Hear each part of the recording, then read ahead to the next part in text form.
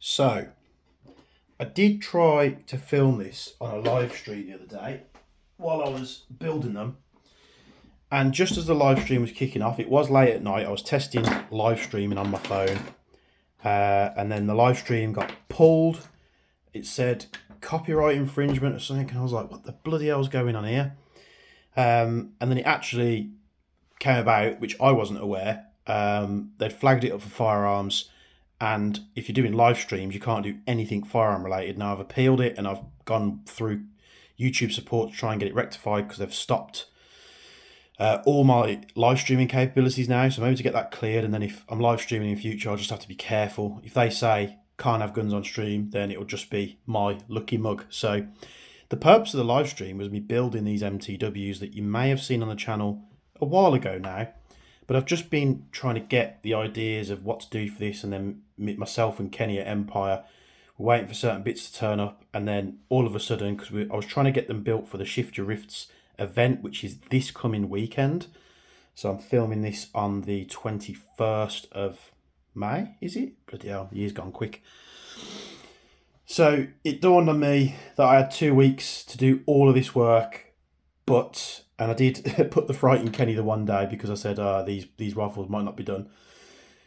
But I've been busy. We're getting them done. There's 4 custom MTWs that are going to be available through Kenny at Empire. You can ask questions down below on these builds, of course.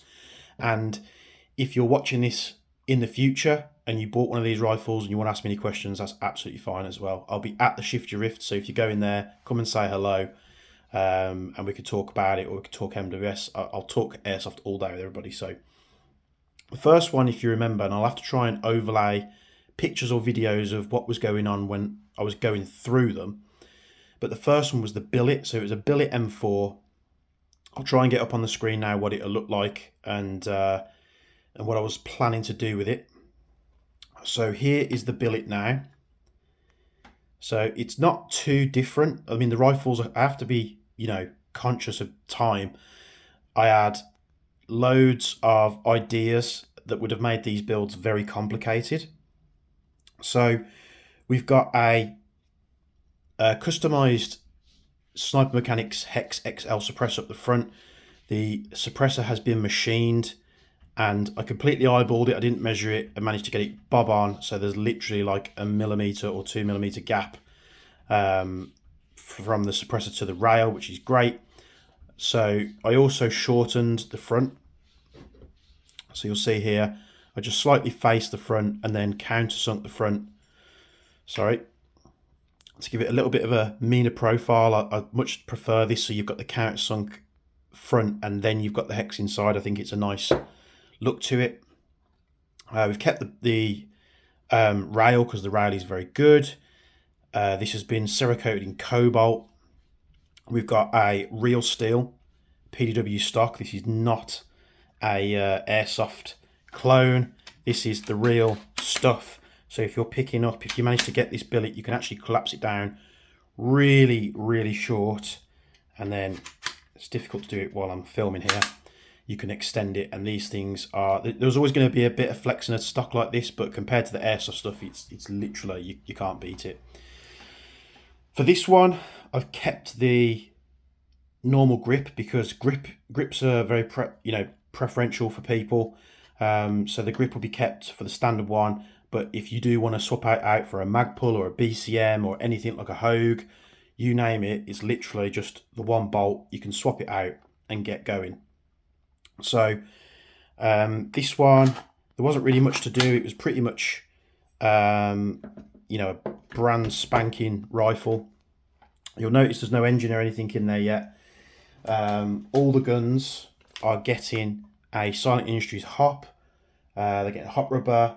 They're getting the Silent Industries nozzle. What else am I thinking of? The nubs.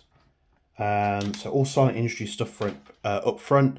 Custom stainless steel barrels for these as well. So all that will be forward. Then the engine will go in. And the other electronic yoke thing that goes at the back, then that'll be built. It's up to Kenny if he wants to start putting red dots and stuff on, but I think there's no point making it cheap and just slapping red dots on for the sake of it. I think let the user do what they want to do. These are probably not going to be very cheap rifles. They're 101s, so I mean, I say 101s. It wouldn't be hard for you to replicate this if you had a lathe to like do the suppressor and such. But that's the billet. It's done in cobalt. It's a really nice colour. I would have liked, and I planned to do custom laser engraving. So I was going to put perhaps Kenny's logo on, my logo on, and then I was going to do a designation for each rifle, which I think I said was going to be like the Sentinel. So this would be, I don't know, the Sentinel 7 or something like that, 7-inch rail. I don't know. I hadn't got that far. I'm probably not going to get around to doing that just because these guns have to be done and tested and functioning for this weekend, and then we'll have to sort out with Kenny what the prices and stuff of them are, because I haven't sent him my bill yet. And I don't want that to sound like I'm billing Kenny and rinsing him. I'm not. I'm just going to be recovering my costs, because I've had to source various parts. I've had to source the stocks. I've had to do the machining.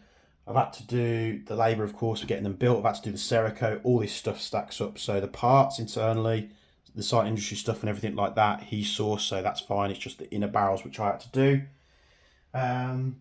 Moving on, we've got the DMR. Now, I'll get a picture up of what this looked like, because this was in a right state.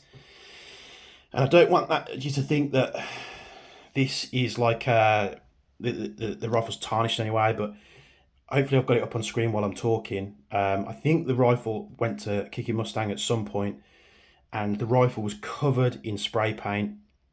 It was also covered in glue. So you'll see here, there's like thick like resin or like shoe goo or something like that all over it. And it's going to take a while to get this all cleaned up and sorted. For the controls, like the dust cover, the selector, the trigger, if I didn't have parts to replace them with, I've just cleaned them up the best I can, just got all the paint off, got them back to new. So you remember what the Marksman looked like, and now it might not fit on screen, so I've gone for a longer rail. We've got an integrated,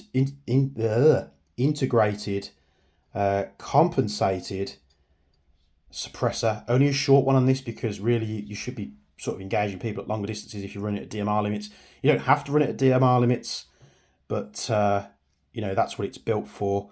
This was in a mil-spec green. Now, there's two Cerakote colours I've come across in my time Cerakoting that seem to be more difficult than others. And it's mil-spec green, which is probably the worst one, and the Magpul Stealth Grey, which I've done the other one in. Yeah, pick the two stupid colours. And the only reason they're difficult is because most of the time you mix Cerakote up. I've done videos on how to do it at home. I've showed, that was in the very early stages before I started doing it professionally. You mix the coatings up, and they're very thin. They go into the cup for your spray gun really easy, nice. They flow nice. However, every tub of mil-spec green and Magpul Stealth Grey that I've had, once you mix it up and get it in the cup, it turns to like a sludge. It goes really thick, almost like a milkshake consistency, and it just doesn't really flow very nice. The mil-spec was a bit more difficult, but the Magpul I produced more than I needed just to make sure that it's hard to explain, but yeah. So it went for mil-spec green because I thought you want to be kind of tactical, and you know, I imagine this might appeal to those ghillies out there. They can camo it up if they want. You've got a good base there with a mil-spec green. So the grip has been replaced with a normal AR style, because we're going for a more, this being a forge, we're going for a more milsim style, not milsim, but probably really messing this video up, but you know, a bit more standard looking. You know, you've got the standard receiver with the forward assist. All these parts have been cleaned up. Trigger's been cleaned up. Barrel and everything was covered in paint. That's all been refreshed as new. I think this one is the only one I've got complete, with the barrel in, harp unit in, engine in. This one's ready to test. I had to replace a stock tube. What did I do with that stock tube? So the grip, you'll see here, that was replaced. The stock tube and the stock, here's the tube, it's covered in paint. Again, the reason why I've replaced this rather than coating it is because if I strip this down to paint it, it's another colour, it's another batch of parts I need to do. The stock, however, if I can spot it, was covered again in paint and glue. So can I find it? It was here. Maybe not. But the stock was just, I didn't really want to start messing with that. I'd have had to have stripped it. And the compounds I used to strip probably would have started to melt the plastic. Literally, I can't spot it anywhere in the room. It's in here somewhere. It's probably straight in front of me. But all that's been replaced with black. So you've got the green and the black. So kept the black controls, kept the black stock. It's had a new stock that comes on the Wolverine products now. I can't remember if it's like the tactical or the, I don't know. Black barrel, green rail, green suppressor. This still needs suppressor foam. All the suppressors, every gun has a suppressor that I've done. All the suppressors will be getting my new foam compound. I just need to get the rifles built, then I'll get them all measured up, find out what baffles I need, and get the baffles made, because that's sort of plugging along nicely. That foam works really well. So there is the DMR. Moving on from the DMR, we've got the first MTW9. This is probably the one that was least customised out of the two. But this one we've gone for a burnt bronze. And the mag release is not in there just yet, just because I need to measure up the parts, because the other one had missing parts on the mag release. Stock tube's been done in bronze because I thought it matches do at the same time. It's not a drama there. Bronze upper and lower receiver, bronze rail, a small hex suppressor just to keep the profile nice and short. The rail's free here, so you put all your M-lock accessories stuff on the top. It's bling, but it's a nice bling. These are probably more built, for CQB anyway. I've gone with, I had to get an MWS part on there. You guys know me. This is a MTR16 stock. It's very minimalistic. You can switch this round so it hooks underneath your shoulder, but it also shows off a bit more the bronze, and it just seemed like a really good fit part, so I went for that one. And the stock is rock solid. It is harder to adjust, which it will like sort of loosen up in time.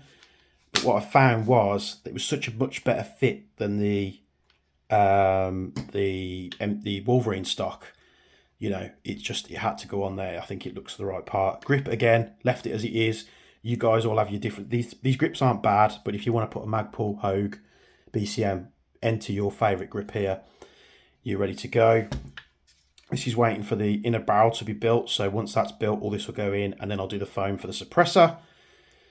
Very nice indeed. I love burnt bronze. Who doesn't like burnt bronze? I think Wolverine did, was it limited editions, and it was a very similar colour. I don't know if it was burnt bronze, but it was definitely a bronze colour. Which leads me to the last one. It's going to look a bit silly for first. So this one was done in Magpul Stealth Grey, much like my Geisley DMR MWS. It's a very unique colour. It's almost like a bluey grey. It's very... the colour, like I say, when you're mixing it up, it's like a sludge, like a milkshake type consistency. It's very thick, but it has really good coverage, and I imagine it's very thick because it's very opaque, much like the mil-spec green. So we've kept the standard rail. I did want to put, and had started building, a kit for this. So it was going to go railless, and I got this shroud on the front here, and I've actually started making a suppressor that fit this perfectly. It was a huge chonking suppressor. Do I have that 3D printed one? I was going to use one of my suppressors when they were ready, but I was running out of time and sort of have it like that. But that wasn't going to happen, so I started making a suppressor that fit this, and then I came to dry fit in the parts, and got to this, and it doesn't actually go all the way onto the receiver. I think the threads are just too. There's not enough threads on this for it to seat all the way down, so that was thrown out the window. So it's back to the drawing board. Again, grip left the same. This one has also had a real steel PDW stock. So you can push the button there with your thumb. You can load the stock in, and it makes the rifle extremely short. Push the button in with your thumb, and you can extend it like so. Again, mag release needs to go on there. And then we're doing something different with this one. So we're going integrally suppressed completely. So I machined the barrel down all the way. So this is probably the shortest MTW barrel in existence. And then once that's ready, And I'm ready to assemble this because these have like locking collars and I needed to secure that in place. This will go onto there. This is another muzzle brake suppressor. These fit really well with the Wolverine rails, and this is going to go on there. It's going to slide all the way down like that. It might sit just like a little bit forward like so, and that's going to complete the look, and I think that's a very unique looking rifle. Downside to this, and it's just the way that the build has gone, you won't be able to put any accessories on the M-LOK unless we change the suppressor, because the suppressor takes up that much space in the handguard. You need to treat the handguard like a shroud. Like, you're not going to get accessories on the side. You're not going to be able to use the QD points. You're not going to be able to put a grip under the bottom, and it's just intentional.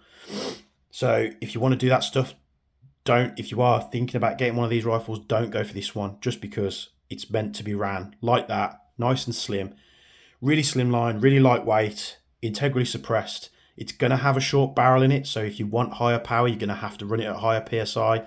Again, this is just to get the gun quiet, short, and nice and nimble. You've still got the full rail space at the top, so you could put your optics on there, put your pet boxes up there. You could put like a rail QD point if you really want to. But this is really like a high-speed, low-drag build, and I think it's going to turn out really, really nice. So I did something similar for this for Airsoft years ago on a, was it a forged at the time or a billet? I think it might have been a billet, when they had the longer rails, and I did something very similar. And that rail was, I think, was like 9 inches, so it came right to the end here. Did a custom Cerakote colour for it. I think he ended up selling it to one of his customers, and I've always wanted to do something similar ever since. So that is the final one, and I'm out of breath now because I've been pulling crazy shifts the past 2 weeks. It's literally like up at night till like 4 o'clock in the morning, have 5 hours sleep, back at work, and that's how it's been. Well, this will be the 3rd week of it now, so it's really starting to affect me, but I need to get these guns done. So in terms of time frame, I don't know. Obviously, getting to the event, they're going to be done, set up, chronoed, PSI set, dwell set, all that stuff, but they're not going to be set up for range yet. It's just because I won't have time to get out somewhere and set it up. But the parts that we're putting in, it's a really good concoction of parts that should perform amazingly. So yeah, that's where we are. YouTube pulled the live stream. I've gone over all the builds anyway. Hopefully I've overlaid some video of what they look like before. The MTWs and the billet were pretty much new and just out the box as they are, as they come. The Marksman or the DMR was the one that came out a little bit differently. So again, long video. Sorry to bore you. If you're going, like I say, to Shifty Rifts, come and say hello. I'd love to have a conversation with you all. Thank you very much for tuning into this very long video. And as always, from me and Bench, thank you for the support, and we'll see you in the next video.